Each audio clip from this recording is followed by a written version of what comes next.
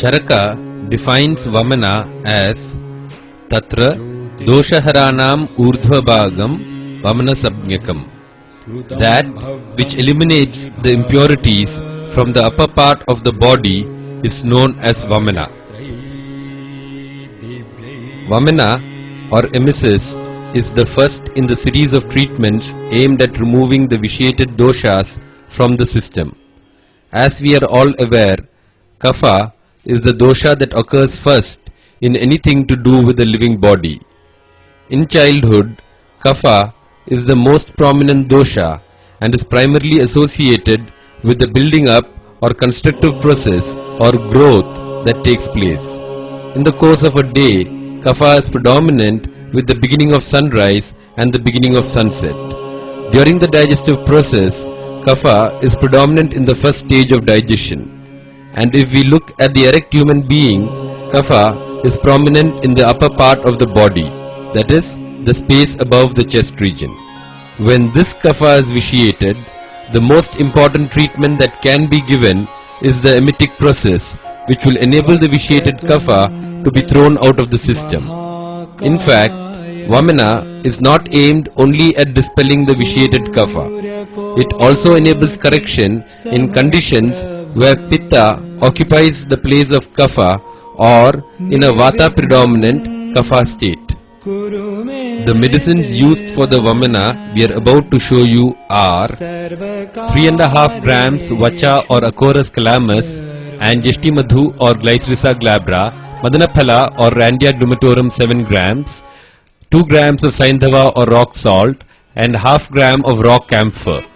All of the above are together made into a paste with honey. The patient should be first made ready for the treatment by giving him the oleation and sudation therapies which were described earlier. Preferably, the patient should be given a course of snehapana or intake of medicated ghee or clarified butter for a period of 7 days, commencing with a small dose and then gradually building up till the 7th day, by which time the body will be suitably uncted. On the 8th day, the patient is given the prescribed sudation therapy.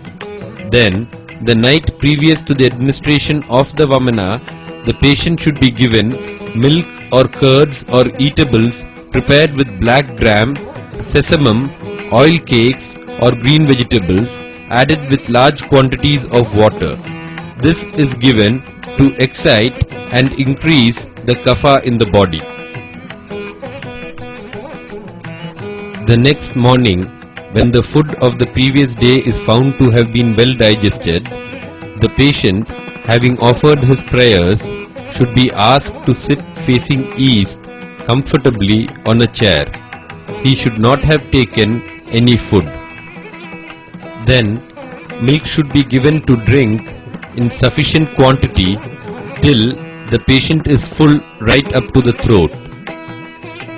Normally, a liter of fluid is given, which may even go up to a couple of liters depending on the individual patient. Then, the drug to produce vomiting should be given to him, made warm and mixed with honey and rock salt. If required, more milk can be given till the urge for vomiting arises. When the urge to vomit arises, the attendants should hold the patient's flanks and forehead firmly and give mild massage in the upward direction over the back and calm the patient. The patient should keep open his lips, palate and throat, and when the vomiting has commenced, the patient should bend just sufficiently to bring out the material. The bouts of vomiting should be allowed to continue either till the kapha is expelled out, or the medicine administered comes out, or till the pitta comes out, based on the assessment by the physician.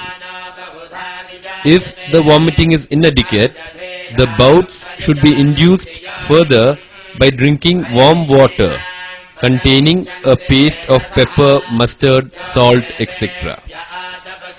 The quantity of vomited material collected in the receiving vessel each time should be noted.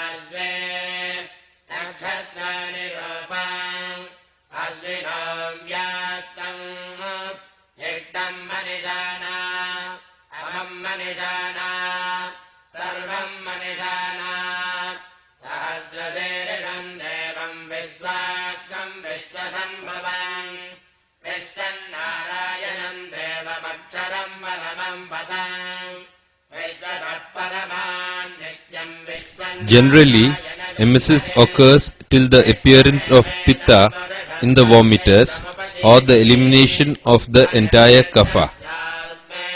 Pitta can be known as a brownish yellow sticky material.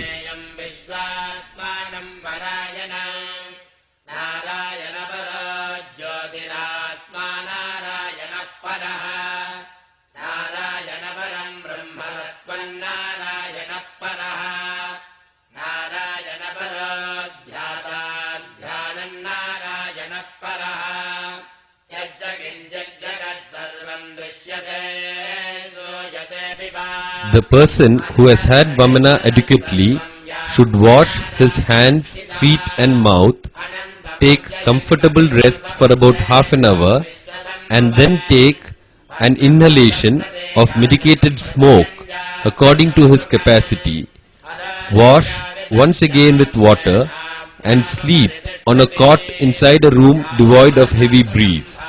Then, taking note of his digestive capacity and appearance of hunger, either in the evening of the same day or the next day, he should take bath in comfortable warm water and take food prepared from old red rice, boiled well, without mixing it with ghee, salt and pungents, or mixed with very little quantity of these substances, liquid in consistency, and followed by drinking of warm water both in the afternoons and mornings.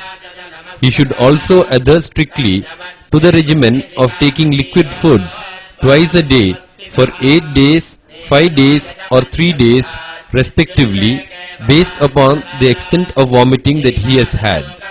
The principle is that he will move slowly from very thin gruel on the first day to very thick gruel by the last day. The symptoms of properly done emesis therapy are the proper expulsion of kapha, pitta and vata in succeeding order at the proper time, quantity of the vomited material not being very large, coming out without much discomfort, bouts coming up and subsiding of their own accord, clarity of mind, purity of the voice and absence of symptoms like loss of appetite. As is told for every treatment, the diet and lifestyle restrictions are to be strictly followed for the prescribed duration after the treatment in order to get the maximum benefit. Vamana treatment is indicated in conditions of poisoning, indigestion, acute fever, tuberculosis, diarrhea, insanity, epilepsy, bronchitis, asthma, diabetes, skin diseases, anemia, obesity, rhinitis, tonsillitis, etc.